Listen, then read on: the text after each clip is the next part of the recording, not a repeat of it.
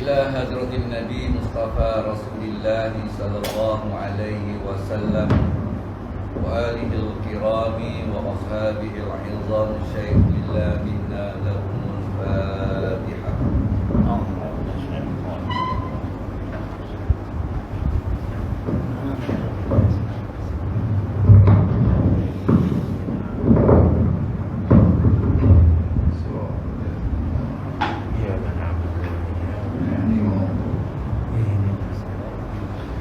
Bismillahirrahmanirrahim. Alhamdulillahi rabbil alamin. Wassalatu wassalamu ala asyrafil anbiya'i wal mursalin wa ala alihi wa sahbihi ajma'in.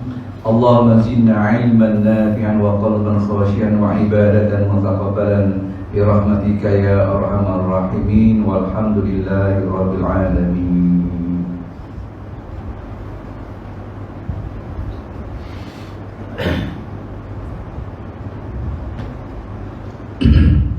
Assalamualaikum warahmatullahi wabarakatuh. Waalaikumsalam warahmatullahi. Alhamdulillah wassalatu wassalamu ala Rasulillah. Asyhadu an la ilaha illallah wa asyhadu anna Muhammadan abduhu wa rasuluh. Allahumma salli ala sayyidina Muhammad wa ala alihi wa ashabihi wa man da'a bida'watihi ila yaumil qiyamah la raiba fi. Subhanaka la ilma lana illa ma 'allamtana innaka antal alimul hakim. Wa la hawla wa la quwwata illa billahil aliyyil azim.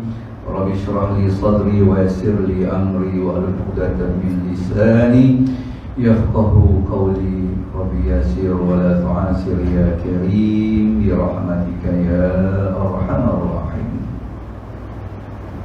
Radina billahi rabba wa bil islam dina wa bi Muhammadin sallallahu alaihi wasallam nabiyya wa rasula, amma ba'd. Alhamdulillah, syukur kita kepada Allah Subhanahu wa taala pada pagi ini kita dapat bersama-sama memulakan kuliah duha kita yang kita cuba berkongsi untuk melihat surah Al-Kahfi, surah yang kita baca selalu.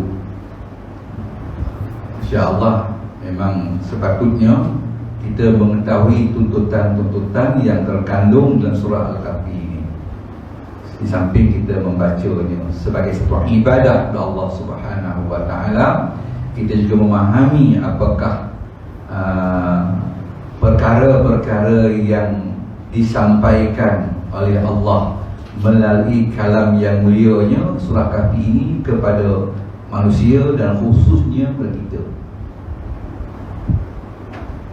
Kita rancang lama dah, tapi baru minggu ni kan, alhamdulillah. Baik, kita mulakan surah Al-Kahfi. Kalau kita nak surah gua lah kan? Surah gua. Nah, surah gua, tapi kita sebut surah Kahfi cantik kan? Surah Kahfi ini dianya adalah surah yang ke-18 ya? Di juzuk yang ke-15 ya? Tengah-tengah kan? Baik. Dia dikategorikan sebagai surah Madaniyah. Kalau surah Madaniyah ni maknanya dia turun di Madinah. Namun apakah 110 ayat itu memang turun di Madinah? Tidak juga. Sebahagian besar dari surah ini yang terkandung 110 itu turunnya di Madinah, kecuali ada beberapa ayat yang dianya tidak turun di Madinah. Oleh kerana majoriti sebagian besar itu turun di Madinah, maka ulama-ulama meletakkan dia, mengkategorikan dia sebagai surah Madinah, surah Madaniyah. Okey. Dan juga lah macam surah ayat yang ke-28 kita baca nanti kan. dan juga ayat 83. Ayat 83 sampai akhir, sampai ayat 83 sampai ayat 110. Itu tak turun di Madinah. Jadi maknanya tak bolehlah nak katakan sedikit sangat yang turunkan Madinah, maka kita namakan surah Makkiyah. Jadi ulama mempertimbangkan letakkan dia sebagai surah Madaniyah sebab sebahagian besar ayat-ayat itu turunnya di Madinah, maka namanya surah Madaniyah. Baik.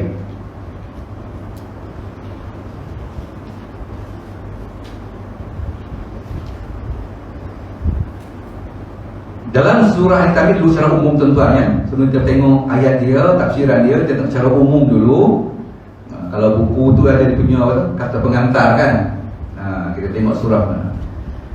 Setelah kita bincang tentang dianya surah Madaniyah, kita pun tengok apa secara umumnya pokok yang dibincangkan, yang disampaikan Allah Subhanahu wa taala.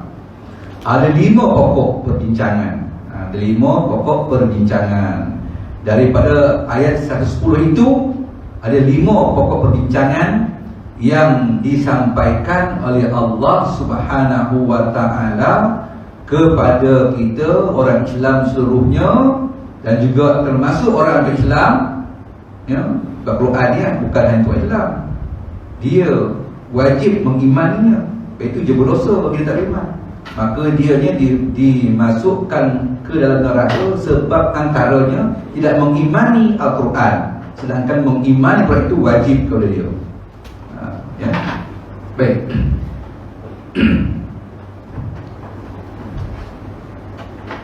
Jadi kalau kita tengok, dia kata surah ni mula-mula dia akan menyebut tentang memuji Allah Subhanahu wa taala. Ini tak apalah, ini memang dia surah kan. Alhamdulillahilladzi anzala ala 'abdihil kitab wa lam yaj'al lahu 'iwaja. Maka itu dia letak alhamdulillah memuji Allah. Kalau kita tengok surah lain pula kan, macam subhanallazi asra bi'abdihi lailan minal masjidil haram ilal masjidil aqsa. Dimulakan lain, menyucikan pula, yang ni memuji. Alhamdulillah.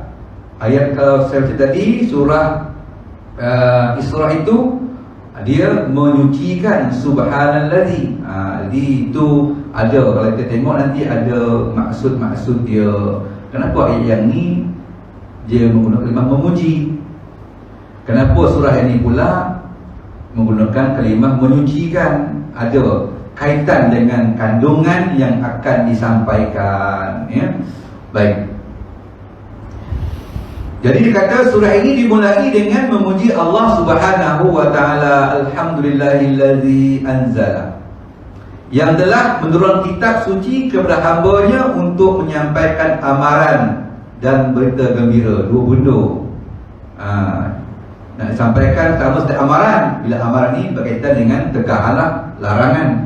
Kemudian berita gembira berkaitan dengan habuan kepada mereka yang melaksanakan perintah Allah, iaitu syurga, keampunan, ya, maghfirah Allah. Iaitu menyampaikan berita gembira kepada orang yang beriman. Pada orang beriman disampaikan berita gembira. Apa berita gembiranya? Kita tengok antara syurga lah. Itulah syurga. Sebab kita besok di akhirat kan ada dua je, syurga, neraka. Jadi maknanya bila khabarkan ciri-ciri orang yang masuk syurga itu, itulah dipanggil berita gembira, ya. Dan menyampaikan amaran kepada orang-orang yang berkata bahawa Allah itu mempunyai anak. Dan surah ini amaran, jangan sekali mensyirikkan Allah, jangan menyemutukan Allah. Allah tidak sama seperti manusia. Manusia beranak, manusia kahwin. Allah suci dari sifat demikian. Qul huwallahu ahad, Allahus samad, lam yalid wa lam yulad wa lam yakul lahu kufuwan ahad. Itu surah yang kan. Jadi tak ada, ya, jangan kita mengandaikan atau mengatakan. Kemudian menjelaskan bahawa segala hiasan dan keindahan di muka bumi ini adalah untuk ujian dan dugaan. Ini yang pertama ni, mesej yang pertama, dia ada 5 mesej. Kemudian diiringi dengan kisah Al-Kahfi. Yang kita jumpa kisah Al-Kahfi kan, kisah orang Kahfi ni kalau tuan-tuan kena pergi ikut di Jordan kan, mesti salah satu tempat yang membawa ialah tempat Ashabul Kahfi. Di gua tersebut mesti dia bawa.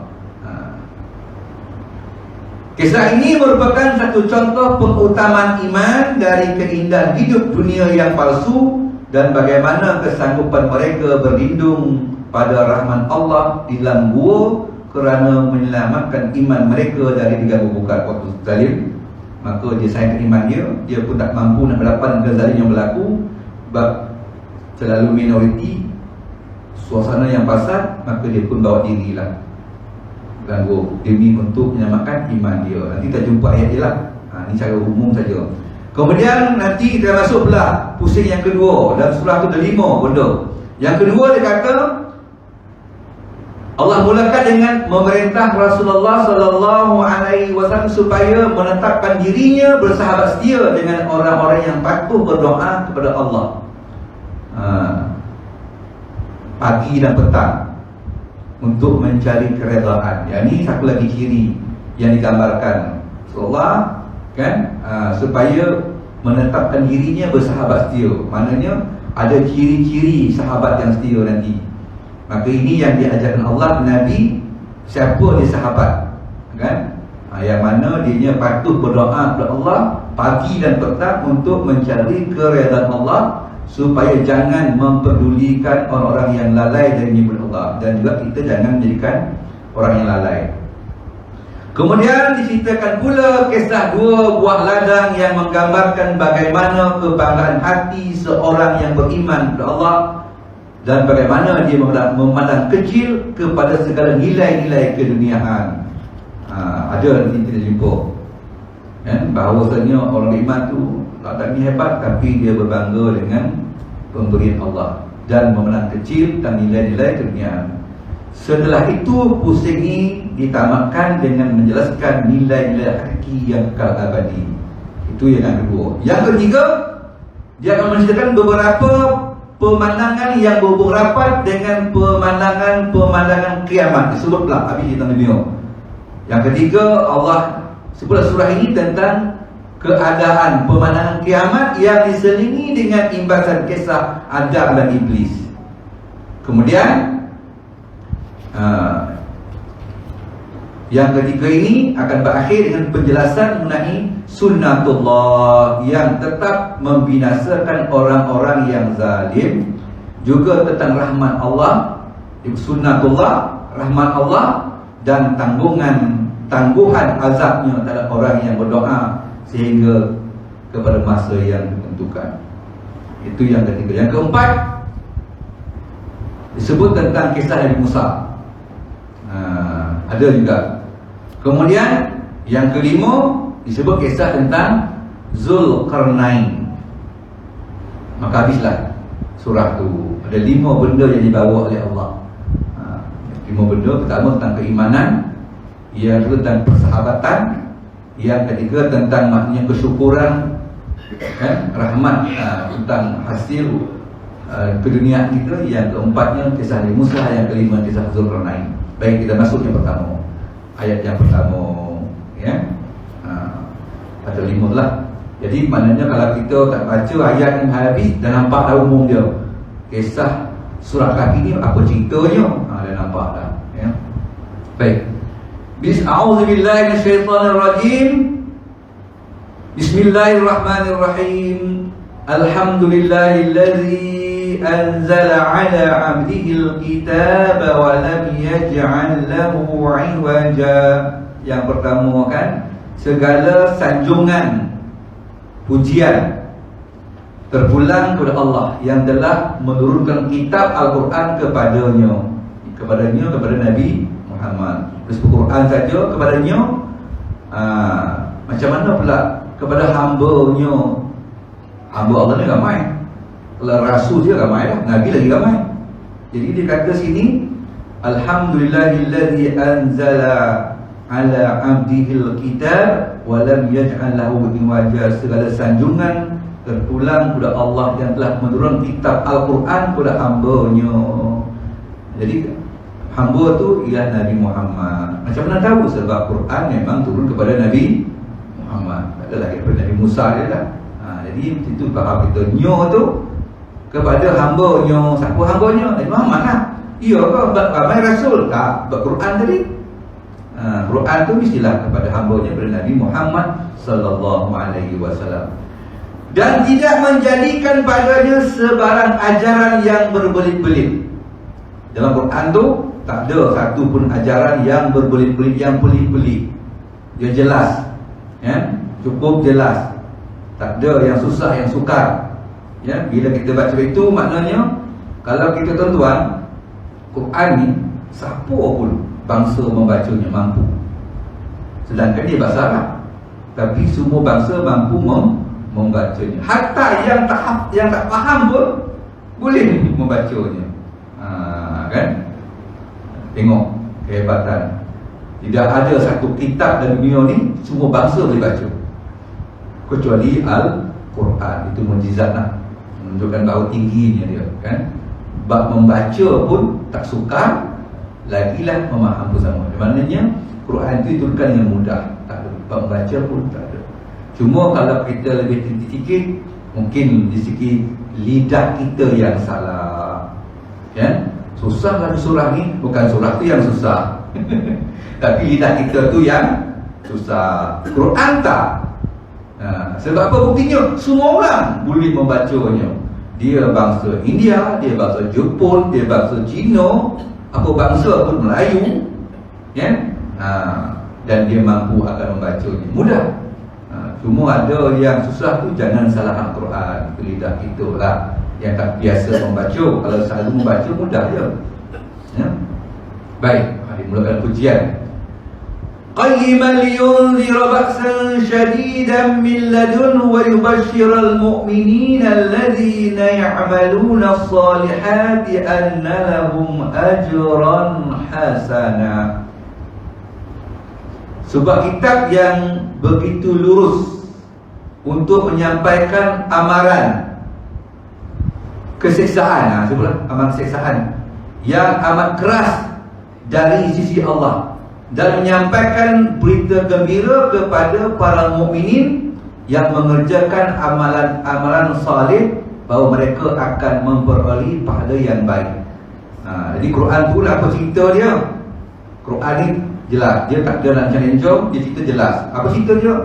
Ancaman kepada mereka yang mendustai Al-Quran, dan juga berita gembira. Tak ada nak, kan? Nak rancang-rancang. Nanti kita tengok ini, kita tengok secara apa. Dia ada tafsiran dia nanti depan, ya. Kita baca makna saja dulu. Makithina fihi abada, iaitu pahala syurga di mana mereka akan tinggal tetap untuk selama-lamanya. Makithina fihi abada, menetap dia, kan, di dalam syurga itu selama-lamanya. Sampai bila lama lah, tak ada pengakhiran. Baik, kita ambil 3 sampai 5 dia. Wa yunziru allazina qalu ittakhadallahu walada, dan untuk memberi amaran kepada orang-orang yang telah berkata bahawa Allah mempunyai anak. Satu amaran, kan? Dia bagi batu syukur untuk bergembira. Kemudian amaran kepada orang yang cuba menyekutukan Allah. Ma lahum bihi min ilmin wala li abaihim kaburat kalimatan takhruju min afwahihim ay in yaquluna illa kadziba. Sebenarnya mereka tidak mempunyai sebarang ilmu pengetahuan mengenai perkataan itu, dan datuk nenek mereka juga tidak mempunyai ilmu. Dia kata Tuhan itu adalah anak. Sebenarnya mereka tak ada ilmu langsung. Sebab yang mereka ambil pada nenek moyang mereka. Nenek moyang mereka pun tak ada ilmu.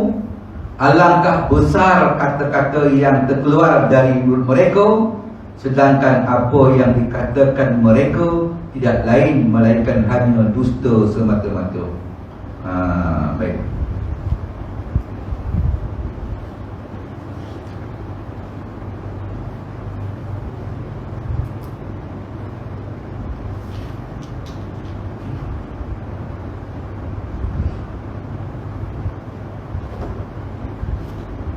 Jadi dia kata, ayat pertama tadi memuji Allah Subhanahu wa taala yang menurunkan kitab.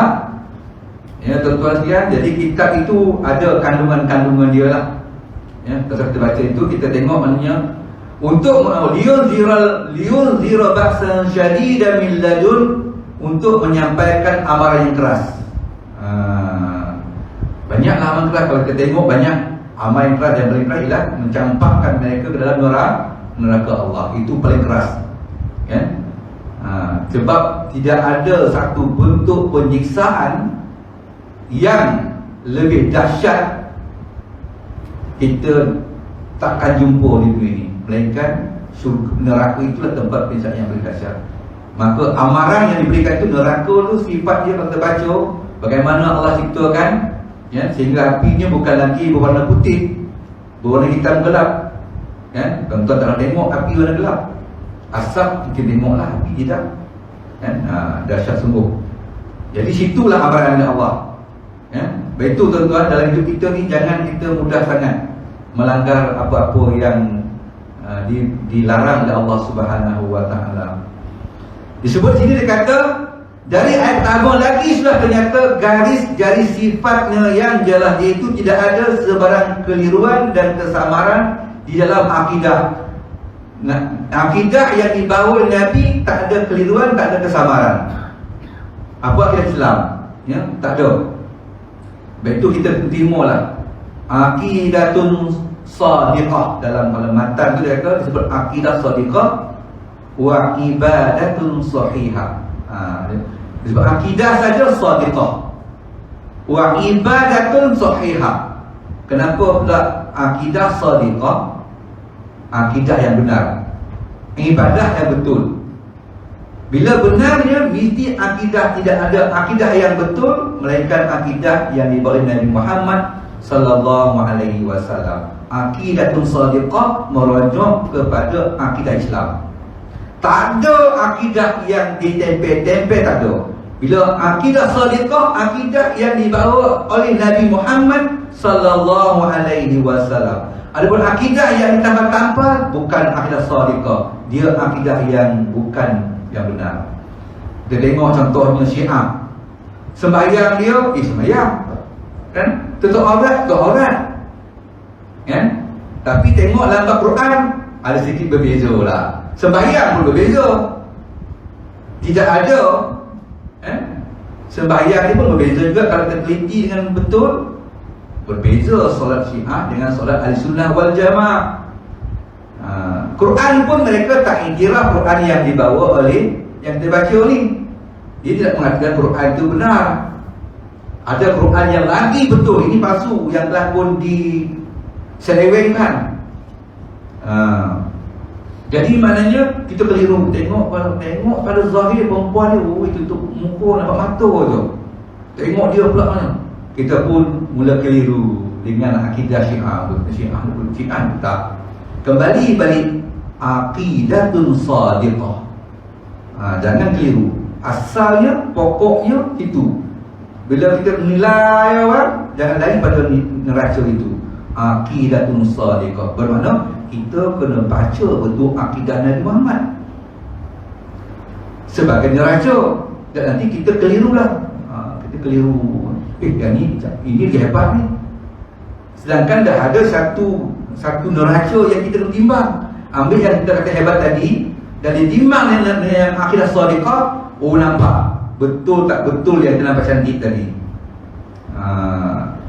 Ada dacing dia. Kita nampak macam pisang tu 2 kilo. Ini berapa 2 kilo? Betul tak betul 2 kilo, ambil letak dacing. Oh, rupanya tak sampai pun 2 kilo. Tak baik pun. 1.8 je. Hilang 200 gram. Aku nampak kesilapan itu. Pada mata kita nampak macam biru-biru. Tuan-tuan ya. Itulah. Dia akidah shadiqah merujuk kepada akidah yang dibawa Nabi Muhammad sallallahu alaihi wasallam yang tepat. Bagus dipanggil shadiqah. Itu akidah saja. Akidah shadiqah. Disebut wa ibadatun sahihah. Disebut ibadah sahih pula. Maknanya juga merujuk kepada ibadah yang dibawa oleh Nabi kita Muhammad sallallahu alaihi wasallam. Ditengoklah kadang-kadang kita keliru kan. Macam kisah 2-3 hari ni, tolak hujan-hujan minta mandi, itu betul tak?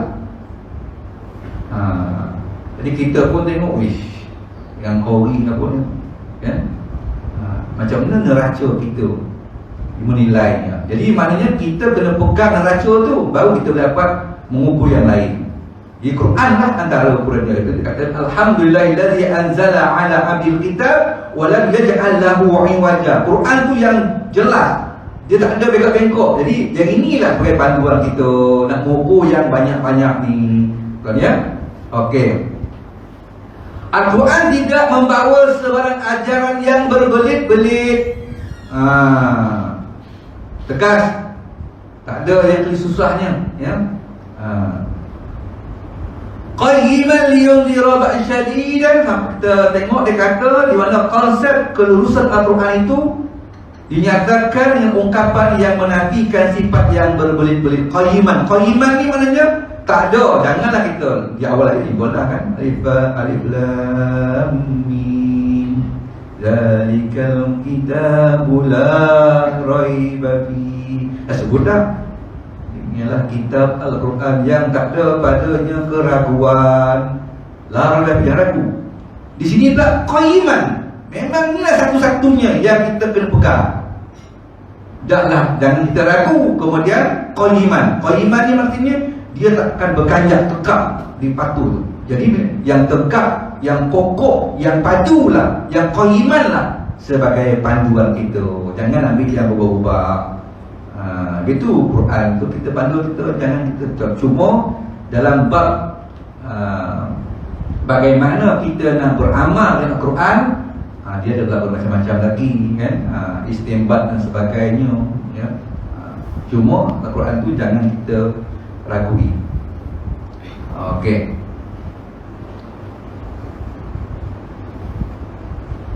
Untuk menyampaikan amaran kesiksaan, liyunzir ba'san syadidan min ladun wa yubashshiral mu'minin.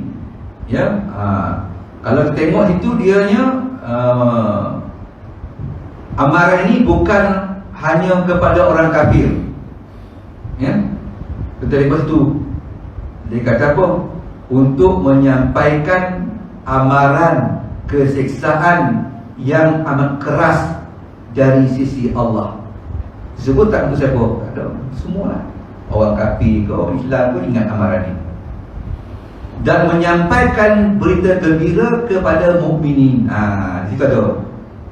Menyampaikan berita gembira kepada orang mukmin. Memanglah kepada orang mukmin berita gembira. Tapi ingat, kita pun terikat yang pertama tadi, amaran. Banyak amaran Allah yang kita kerja tengok. Kalau kita tengok, tuan-tuan kan baru ni sikit institusi ilmu adalah satu tulisan isu cuci kuil tak ada lagi. Saya suka juga membacanya. Satu tulisan yang mengatakan ada khilaf pendapat. Ada kata haram, ada kata makruh, ada kata harus. Ni manusia dia hebat kan, dia bukan memandu masyarakat. Akhirnya dia nak tunjukkan dia hebat, dia punya ilmu, akhirnya mengharu-birukan masyarakat. Sepatutnya kita ada 10 benda, jangan lamakan 10. Kalau sekiranya dia lama 10 tu jadi haru-biru. Kalau dia kata cukup 1-2 dah lah. Tetapi bagi saya tengok dulu, haram tu macam mana, makruh tu macam mana, harus tu macam mana, dan apa konteks yang dibincangkan. Tuan-tuan sekalian kan. Jadi makruh dan hal itu merujuk kepada sebuah negara Islam yang ada khilafah. Waktu itu ulama tulis kitab zaman tu ada khilafah. Jadi hukum tu jangan kita baca hukum, tengok dia punya senario zaman dia hidup, zaman waktu dia menjawab soalan, zaman dia menulis.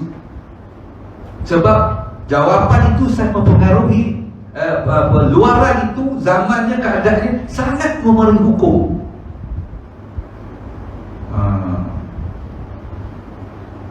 Kenapa Islam kuat? Islam perintah. Yang keduanya, bab makruh, bab harus, sebabnya kafir itu kafir zimmi. Kafir itu kafir zimmi. Yang kedua, baca lah. Yang ketiganya, kuil dia kan, kuil lah. Rumah ibadahnya itu adalah Alkitab. Alkitab.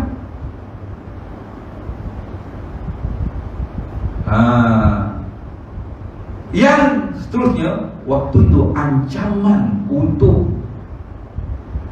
orang merosakkan Islam tak ada pada nanti. Jadi dibincang dalam waktu itu. Bila bawa ke zaman kita, keempat-empat tadi, kita dah khilafah tak? Tak ada. Bila tak ada tu, kita kena tengok balik. Mengatakan makruh tak harus haram tu, okeylah, saya setuju. Makruh tak harus itu waktu zaman khilafah kuat, zaman khilafah Islamnya. Sekarang tak ada. Dah berbeza zaman tu, dia dah nampak dah. Ya? Waktu tu kafirnya kafir zimmi. Sekarang siapa boleh kata kafir zimmi? Boleh kita bincang tuan. Sebab benda ni pernah saya dengan ada ulama-ulama daripada akademik dan juga daripada mufti-mufti dan juga membincangkan tentang status kafir. Dia bukan zimmi kan? Sebab banyak perancangan strategi dia kan? Kemudian Alkitab sekarang bukan kan? Gereja dengan kuil sangat jauh beza. Kuil tempat dia mensyirikkan Allah. Gereja tu dia bukan tempat, dia akidah tu mesti di luar lagi lah ya? Kalau kita pergi di gereja tak ada, tak ada sembah, tak ada. Dia dengar khutbah dia lah ya? Itu selesai.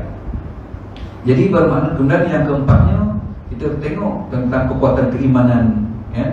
Dan juga arus liberalisasi dan normalisasi yang kuat dalam kita ini. Jadi bagi saya jangan kita muntahkan sangat khilaf tu kalau sekiranya mengharbirukan masyarakat, tapi kita lebih kepada maknanya menjernihkan, memberi satu jawapan. Saya tak setuju bahawasanya tidak boleh mencuci kuil sebab benda tu tempat mensyirikkan Allah. Jadi pelajar daripada mesti bertobat kepada Allah Subhanahu Wa Taala. Mencuci kuil bukan darurat. Bila bukan darurat, hukum sama, tak boleh. Baiklah, saya itu ibaratnya. Baik. Kita tengok lagi. Kemudian dikata dalam ayat yang ketiga,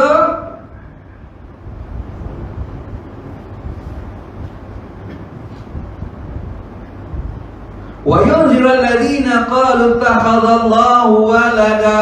Diberikan peringatan kepada mereka yang mengatakan Allah itu mempunyai anak. Ini kembali pada cerita Trinity lah. Kristian kan mengatakan Nabi Isa itu adalah anak pada Tuhan. Jadi kita tak ada tingkat yang ni. Jadi maknanya peringatan itu kuat kepada jangan ke zaman sekarang ni banyak kan.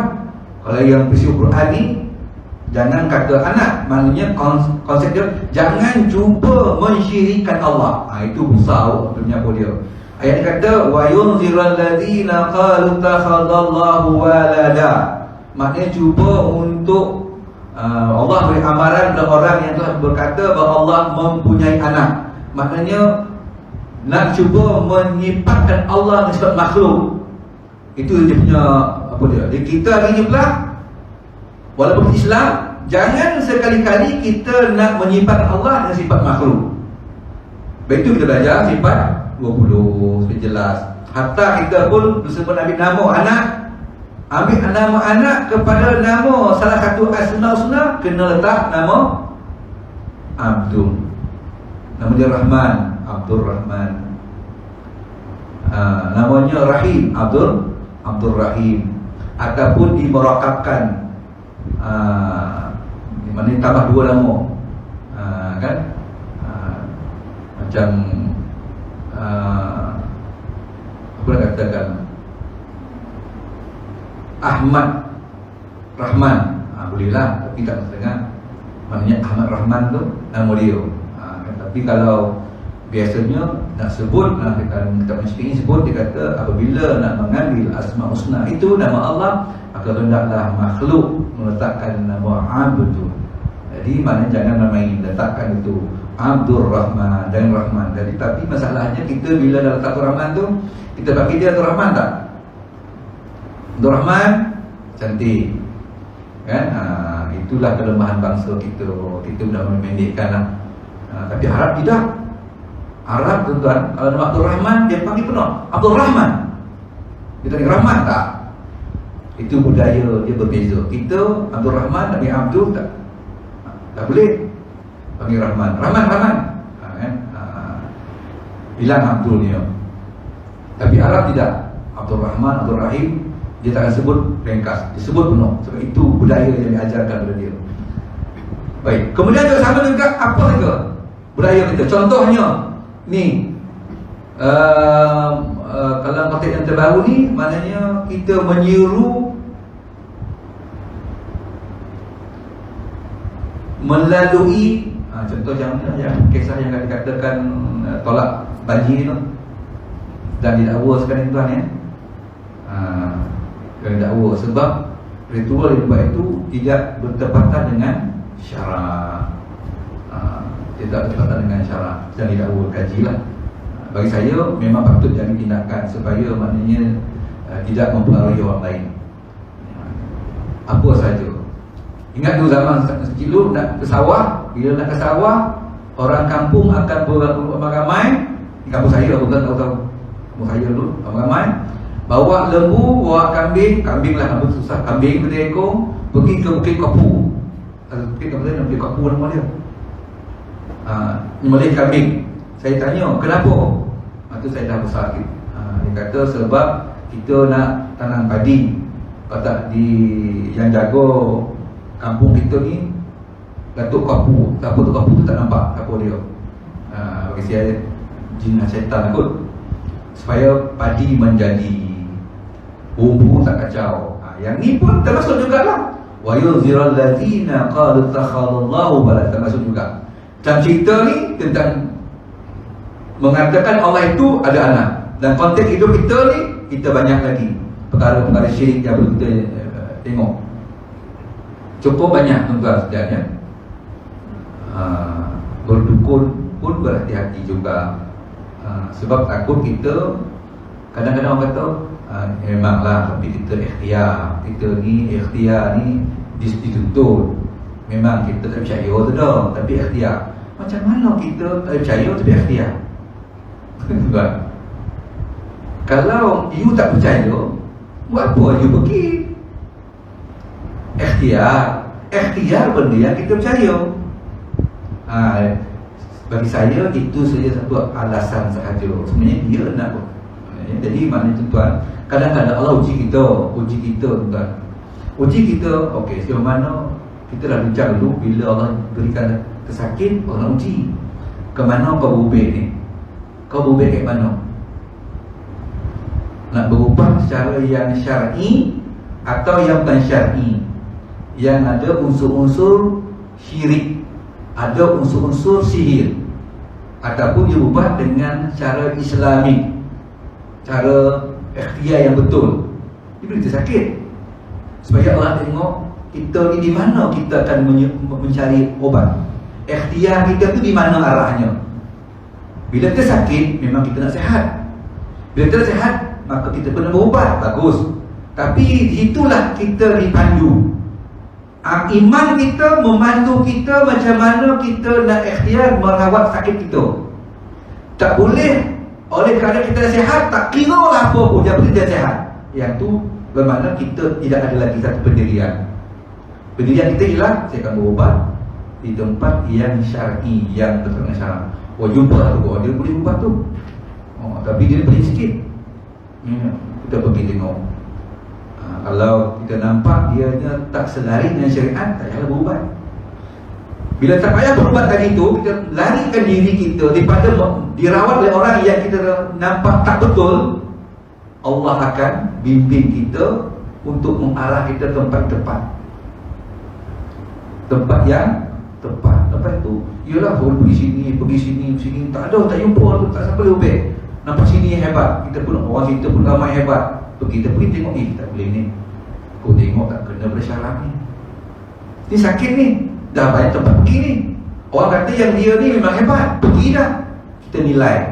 Kita pun tak jadi merawat kita dengan dia sebab kita nampak dia tak betul.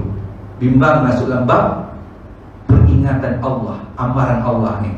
Kita bertarik diri. Dan tarik diri, Allah dah tahu kita orang yang tak berhati, maka Allah kirimkan ilham dan kita untuk pergi merawat tempat yang tepat. Fa'alhamaha fujuraha wa taqwaha. Sebab tadi bukan salah doktor tu, yang tadi bukan salah doktor tu, tapi Allah belum izinkan lagi. Sebab bukan ubat yang menyembuhkan, bukan doktor pakar tu yang hebat menyembuhkan. Yang menyembuhkan ialah Allah. Tapi kenapa tak sembuh, jumpa pakar sembuh, jumpa pakar sembuh? Allah belum izinkan. Sebab nak tengok macam mana ikhtiar kita. Dia pergi pada ramai orang kata, ini memang hebat ni, sepupu saya pergi sekejap je 6 bulan dia merana, tapi Alhamdulillah, dengar cakap macam ni, dengar macam ni, cakap pergilah kita. Kita jangan bergantung pada kehebatan, tapi nilai kepada qayyiman. Tadi Quran sebut tadi, qayyiman liyunzira ba'san syadidan. Quran bukan kita. Syariat pandang macam mana.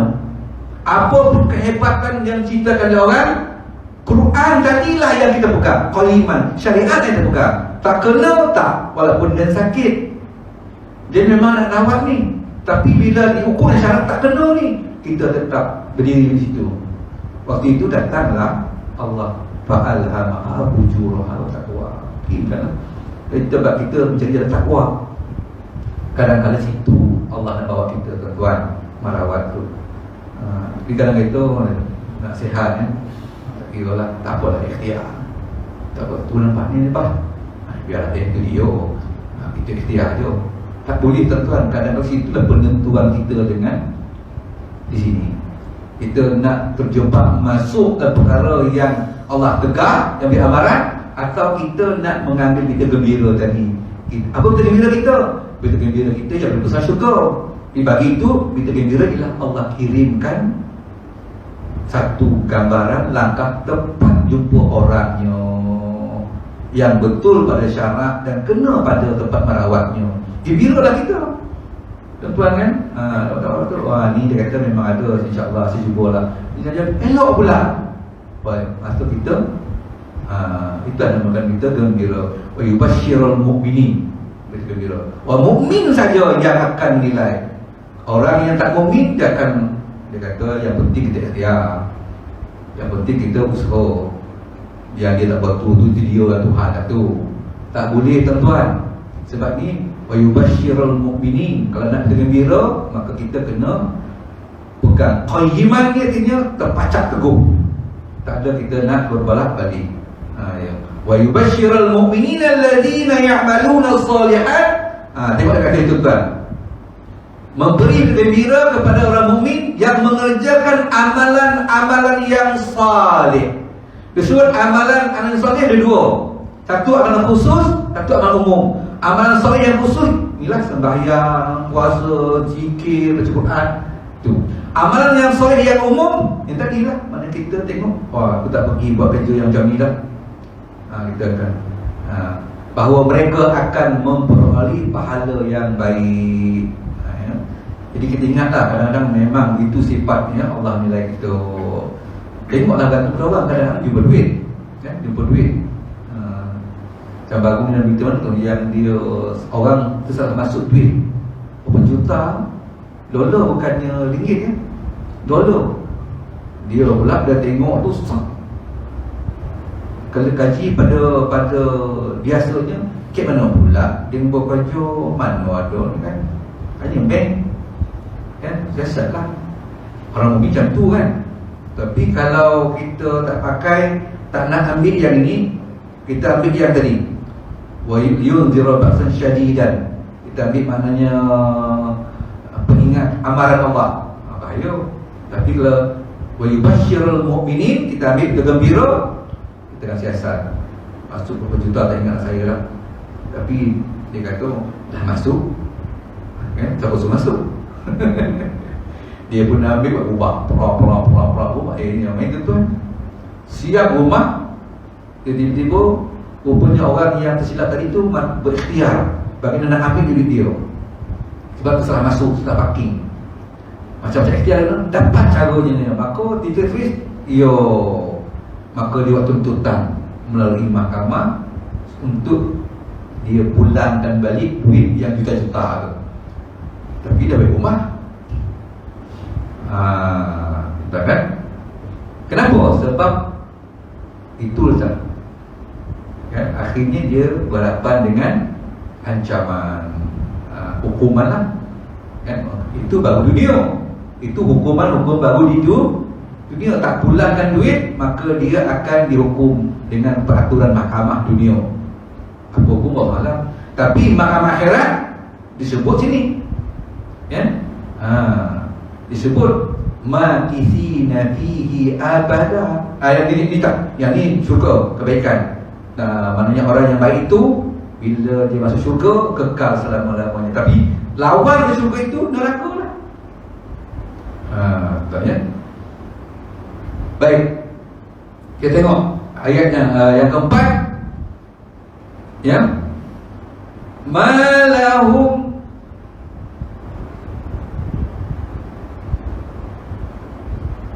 yang kelima ya. Ma lahum bihi min ilmin wala li abaihim kaburat kalimatan takhruju min afwahihim in yaquluna illa kadhiba. Sebenarnya mereka tidak mempunyai sebarang ilmu. Jadi maksudnya jangan ambil daripada apa lah cerita sini, kaum ni dia tuan-tuan sekalian ambil ilmu kepada ayah dia, nenek moyang dia. Nenek moyang dia pun tak ada ilmu. Dalam apa? Dalam bab dia mendustakan, bab mengatakan Allah tu ada anak, Allah ada anak, Allah tu dipanggil anak, Allah tu punya anak. Itu semua benda yang tanpa kajian. Hari ni begitu tuan-tuan, kadang-kadang kita banyak mengambil ilmu daripada orang tua saja, terutamanya ilmu contoh sembahyang lah kan? Sembahyang, itulah ini semua solat. Saya ingat dulu masa nenek saya ajar saya sembahyang, nenek saya ajar saya sembahyang kan? Jadi bila kita sembahyang boleh berguru dengan orang perempuan, maka tak kenalah kita lelaki, dia nenek dia perempuan. Bila saya duduk nenek, maka saya diajar oleh nenek saya sembahyang. Bagus nenek saya ni, dia tahu. Tinggal lagi dia mengajarnya mengikut apa yang dia buat, saya tiru apa yang saya nampak. Lalu tak kenalah cara saya sujud, tak kena tangan, sebab berbeza. Tak apalah, saya belajar tu saya punya tak kena saya ni. Tak ada ilmu ambil daripada itu dalam bab solat. Ada pula bab lain, tuan-tuan sekalian, bab akidah sangat kena jaga. Terutama bab yang berkaitan dengan benda khurafat. Bab khurafat tadilah, bab tolak bala tu. Kalau kita tolak namanya hujan, ambillah yang benar. Yang datang yang ini itu, jangan ambil benda-benda yang dia kata ini tolak banjir ni adalah satu ilmu turun-temurun. Dia bukan soal turun-temurun, bukan soal turun-temurun, soal betul atau salah. Sebab tadi dia bincang qaiman yang tetapnya, mana dia syariat yang betulnya. Menolak banjir tadi itu ukur dengan syariat. Jangan ukur dengan dia turun-temurun. turun kemudian ni dia ambil daripada nenek dia, nenek pada ayah dia, nenek dia. Maka tak betul, kalau tak betul tak adalah, salah lah, berakhirlah. Kan? Zaman Nabi Ibrahim, ayah dia pembuat berhala. Zaman tu zaman sembah berhala. Tapi Nabi Ibrahim orang yang cerdik dan dicerdikkan Allah Subhanahu Wa Taala, maka dia bijak. Dia tengok, dia tidak mengambil keturunan sebab dia tahu benda yang diamalkan turun temurun adalah salah. Sebab waktu itu Nabi Ibrahim dah mengukur dengan syariat yang Allah berikan kepada dia. Jadi kita ini begitu dah tuan-tuan. Jangan kita pegang konsep ini benda dah lama dah ni. Tak boleh. Betul atau salah bukan berdasarkan kepada dia ni kita turun temurun. Betul salah berdasarkan syariat. Kalau iman tadi merujuk pada syariat lah. Quran tu itulah sumber syariat kita. Apa pun kita ukur dengan syariat tuan. Jangan ukur kepada lama. Ya, contoh kita ambil dalam isu tadi, macam isu apa tu? Isu mungkin orang memburu datang, mungkin ada ilmu. Macam saya dulu lah, dia nak memburu ni ada petua dia. Jadi saya tak nak mengukur betul dia tu, apa petua tu. Tapi saya ingat masa dulu dia keluar, dia kambis dia apa ni, apa dah tengok nafas tu keluar kat mana. Itu dia duduk makan. Oh tak keluar lah, duduk gila dia kata. Jadi saya tanya dia, abang boleh Cina ni berapa bang? Tengok nafas. Dia tak perlu dua kan? Satu, dia kata kalau nafas tu kanan, keluar lah. Waktu kanan keluar, dia keluar. Kalau nak cari rezeki lah, kata cari rezeki. Nak mencari rezeki, nafas keluar ke kanan, hidung keluar. Tapi kalau kita nak mencari rezeki, tengok kiri keluar, tunggu dulu, tunggu kanan keluar. Yang ni saya tak katakan dari segi salahnya. Cuma kalau iktikad kita percaya sangat untuk rugi pada nafas, situ kita betul kembali. Faham ya? Dia petua dia ni, tuan nak keluar ni, tapi kocor masuk jusongan. Masuk jusongan kan. Ada bola 8 lah masuk, kau tengok kiri dah keluar. Tapi dapat ke 9. Jawablah. Kenapa awak dapat ke 9? Masuk ke 8? Yelah saya nak keluar tadi, bos nak keluar je nampak kiri. Jadi bagi saya tak kena konteks tu. Jadi bagi saya kita letak balik pada syariat. Yang penting dia ialah cari rezeki yang halal, kan, ada usaha yang halal. Tentang nasib untuk rugi itu tidak ada, melainkan hanya ketentuan Allah Subhanahu Wa Taala. Berdoalah banyak-banyak. Ini petua dulu. Saya rasa kita kena lihat balik tentang amalan-amalan orang lama. Kalau betul dengan syariat tak ada masalah, amalkanlah. Tapi bila dia salah syariat, kita kena perbetulkan. Kita kena perbetulkan balik. Ya, baik. Tapi kadang-kadang tuan, benda tu di konsepnya bukan berbeda akidah. Falsafahnya berbeda adab. Tak apalah. Kalau falsafahnya berbeda adab sahaja, tak ada masalah. Contohnya, jangan berdiri depan tangga. Kan? Nanti dikejar kat 7 bukit.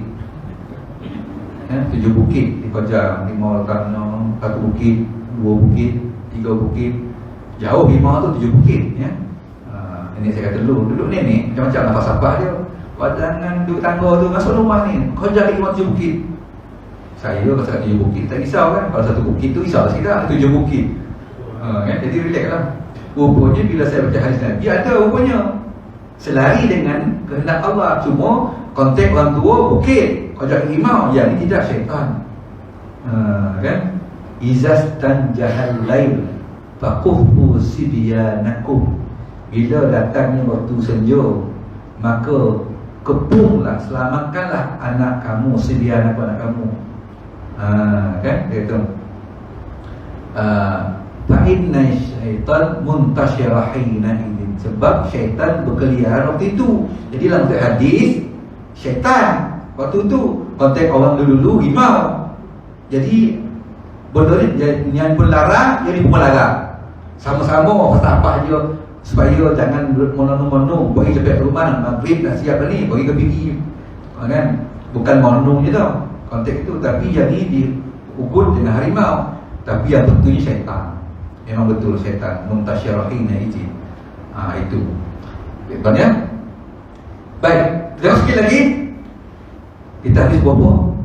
Pukul 10 sejam ya, sikit lagi. فَلَعَلَّكَ بَاخِعٌ نَفْسَكَ عَلَى آثَارِهِمْ إِنْ لَمْ يُؤْمِنُوا بِهَذَا الْحَدِيثِ آسَفًا. Mungkin engkau telah membunuh dirimu kerana duka cita terhadap kesan-kesan perbuatan mereka yang tidak mahu beriman kepada Al-Quran ini.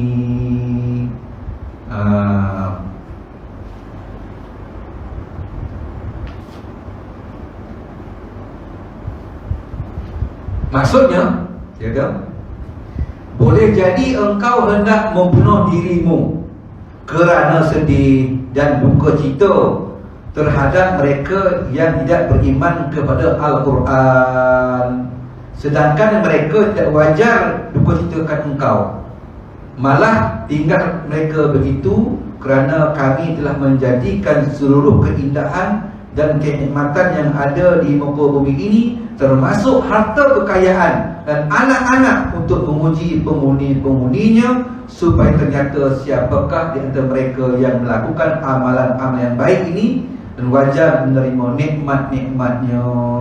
Bila dakwah Quran, orang terima Quran. Quran adalah sebaik-baik, Quran ni benda yang paling baik. Tapi mengapa kita dakwah orang supaya terima Quran, dia tak nak? Sampai kita peraskan kadang-kadang orang tuan-tuan benda tak betul pun terima. Macam Yapin tuan-tuan kan, tawaf teko, dia buat teko berkasi orang tawaf, orang terima. Sedang teko tak apa sangat, dia belanja, dia buang macam kuil juga. Kuil tu patung tu dia buat, dia yang punya yang cat, dia yang bentuk, lepas tu dia sembah. Yang ni pula teko ni dia yang buat, dia yang bentuk, dia yang cat, dia pusing keliling. Benda yang akal pun nak ketawa tengok. Quran boleh hebat.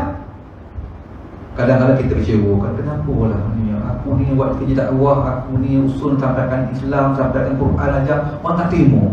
Sedangkan aku sampaikan Quran ni, ya, baru terima. Buat kelas tajwid contohnya kan, tak ramai datang.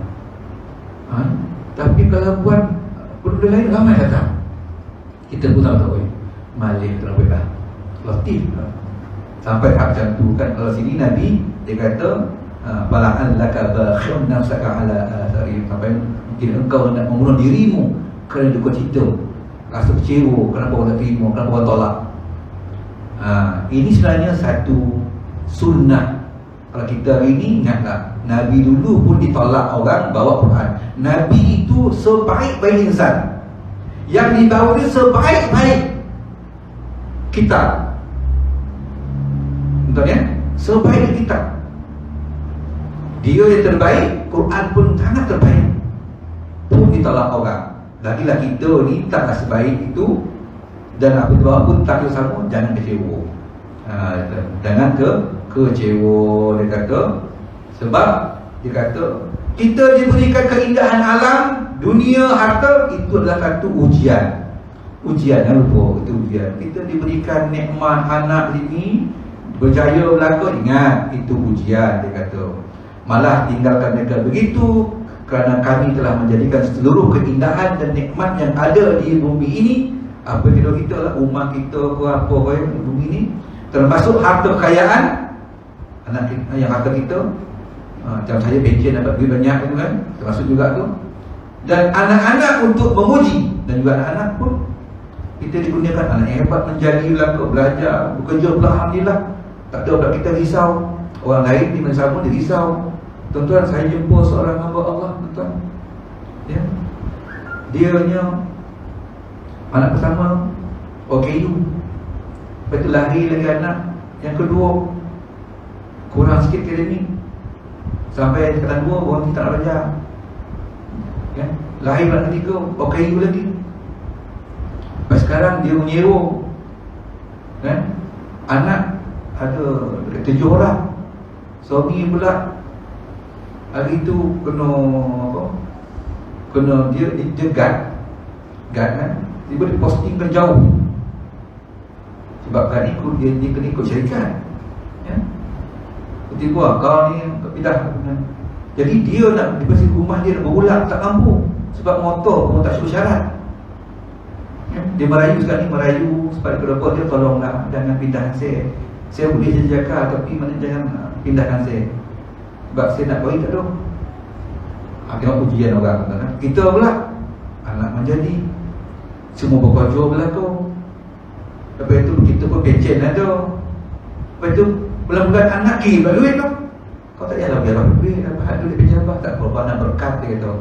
Itu pun kalah lah. Tak pula berkat-berkat lah ambil lah. Jadi tuan, tengok. Untuk menguji penghuni-penghuninya, Allah uji kita. Supaya ternyata nak tengok ni orang mana ni. Ada orang diuji dengan susah tadi. Dia anak OKU, lepas tu duit lagi. Anak dia setiap bulan kena pergi cek hospital tuan. Dan keadaan dia kerja dan dipindahkan. Saya pun nak marah juga kepada majikan ni. You majikan, you dapat kerja pun sebab dia kan. You dapat peluang tender keselamatan. Lepas tu daripada dia juga kau dapat duit. Jadi adalah budi bicara melihat itu tuan-tuan. Majikan ni jangan tengok kepada orang, tengok kepada keluarga dia. Saya rasa kalau dia tengok keluarga dia, mesti majikan tak pindahkan dia. Okey, kakek kau berjual ke rumah kau lah. Jadi maknanya dia dipindahkan ke Seremban. Sedangkan dia duduk di Seremban nanti jadi guard istana. Bukan istana tu lah. Lama dulu dipindahkan ke Seremban. Jadi jagolah Seremban kan, ialah istana jugalah kan. Hebat jugalah jadi istana. Tapi dia nak berulang tu dengan motor agung tu. Ada time mungkin lepeh, ada time mungkin kena tahan. Dia paling mana kecil ni motor ni kalau saman. Kan? Jadi itu uji. Itu dia, kita mungkin lain pula. Ternyata siapakah di antara mereka kita ni yang melakukan amalan-amalan baik di dunia ini? Dia diuji macam tu, kita diuji lain pula. Kita senang, mewah. Kita ada kereta, kita rumah pernah bila tak hutang lagi dah. Kereta pernah lansai dah. Bulan-bulan masuk apa ni pencen. Orang lain ketutang, kita senyum ya. Orang rumah pun sama kat pencen, gabung dua dah okey dah tu. Jom kita pergi Langkawi, bila Langkawi semua bebas naik kapal terbang. Okey. Itu. Adakah kita ni amalan terbaik? Dan wajar menerima nikmat-nikmat. Wajar tak kita menerima nikmat yang mana kita nikmat sekarang ataupun yang akan datang?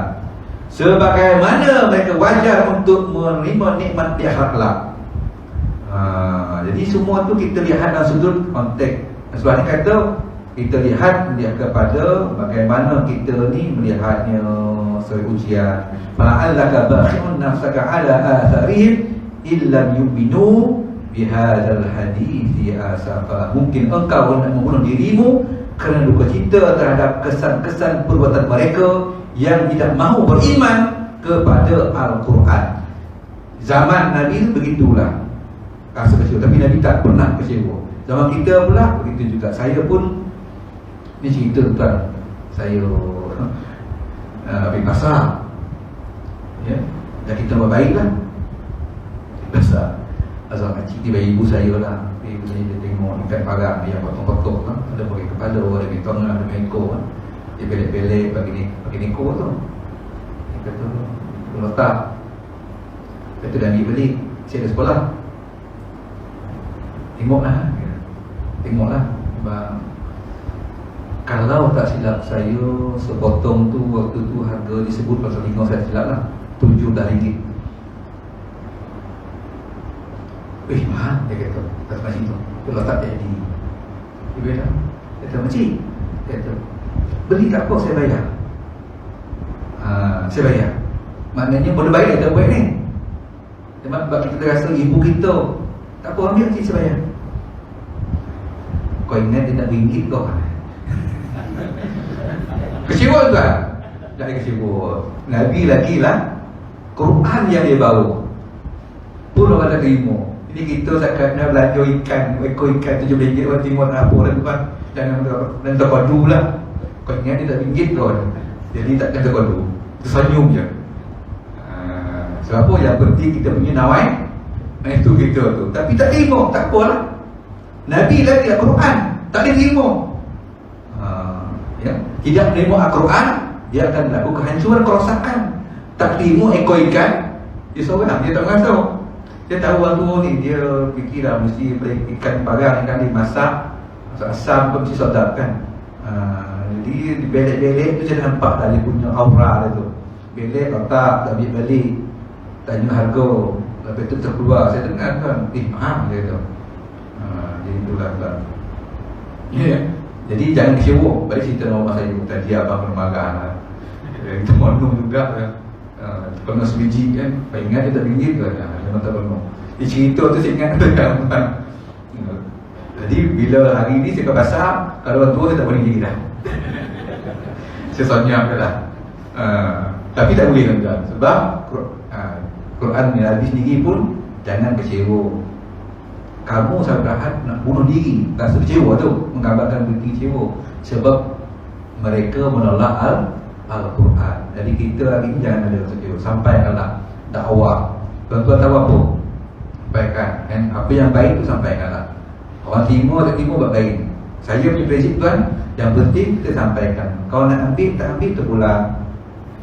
Kan yang tak sampaikan. Terima-terima, wallahu a'lam. Itu bukan kerja kita. Menerima itu adalah hidayah Allah. Menyampaikan kerja kita. Menerima apa sampaikan itu hidayah Allah. Kalaulah sekiranya kita yang boleh beri hidayah, memang Abu Talib dah lama dah. Nabi boleh apa kata? Nabi tuan, kan? Orang yang menjaga Nabi, mendidik Nabi, dan orang yang menjadi benteng berdakwah Nabi. Orang lain tentang dia menggunakan kedudukannya sebagai orang hebat. Kau yang musik Nabi Muhammad. Wahai Muhammad, kau sebarlah dakwah kamu. Tapi akhirnya dia sendiri pun tak terima. Bagaimana Nabi berdoa kepada Allah supaya Allah bukakan pintu hati. Tapi maknanya semua itu ada hikmah. Baik tuan-tuan, kita sekali dulu. Kita berhenti setakat ayat 6. Kita sambung nanti pada yang lain. Dan sebenarnya saya ada niat untuk nak baca kitab lain, untuk nak tambah, tapi tak sempat. Semalam saya berbengkel sampai 6 petang, sampai rumah dia tak ada nak baca buku tuan. Tafsir ni yang paling cantik ialah kita baca kitab dan kita gabungkan. Kita nampak. Tapi yang tu saya tak mampu sebab mungkin akan datang kita buat macam itulah. Kita baca kitab, kita gabungkan dan kita beri. Yang baik adalah Allah Subhanahu wa ta'ala, yang lemah kelemahan saya. Kita berkesudahan dan ke-10. Mudah-mudahan insyaAllah ada perkataannya. Ini adalah lebih awal pincin kan? InsyaAllah. Bismillahirrahmanirrahim. Alhamdulillahirrahmanirrahim. Wassalatu wassalamu ala asyrafil anbiya'i wal mursalin wa ala alihi wa sahbihi ajma'in. Allahumma zidna ilman nafi'an wa qalban khashi'an wa ibadatan mutaqabbalan birahmatika ya arhamar rahimin walhamdulillahirabbil alamin. Saya akan jadikan kitab ini sebagai satu panduan saya juga ya. Kalau saya akan baca lagi juga. Ini kitab ni dikeluarkan oleh Jakim Fizil Quran. Saya dah dapat 17 jilid. Harga dia kalau ikut dia kat 4,000 lah 17 jilid tu. Tapi oleh kerana mungkin kita ramaikan kawan, jadi dia telefon saya, Syekh kata, kita nak kitab tak? Tak apa lagi ni, Fizil Quran yang terjemahkan. Boleh lah, datang ambil. Jadi berapa? Tak percuma lah. Kalau kita ada satu set, ada 20 set, dia kata 20 set ni kita nak percuma. Dia pula memang dia yang mengagikannya. Jadi saya dapat petuah dapat kitab free 17 jilid itu dengan harga kalau dibeli bukan 3,000 lebih. Saya dapat percuma. Ini jilid yang ke-10, surah Kahfi yang ke-10. Dan inilah yang akan saya baca nanti, di samping sedang tambah yang lain lah. Allahu a'lam. Bismillahirrahmanirrahim. Alhamdulillahirabbil alamin wassalatu wassalamu ala asyrafil anbiya'i wa ala alihi washabbihi ajma'in. Allahumma zidna ilman nafi'an wa qalban khashi'an wa ibadatan taqabbalan bi rahmatika ya arhamar rahimin. Walhamdulillahirabbil alamin. Wassalamu alaikum warahmatullahi wabarakatuh.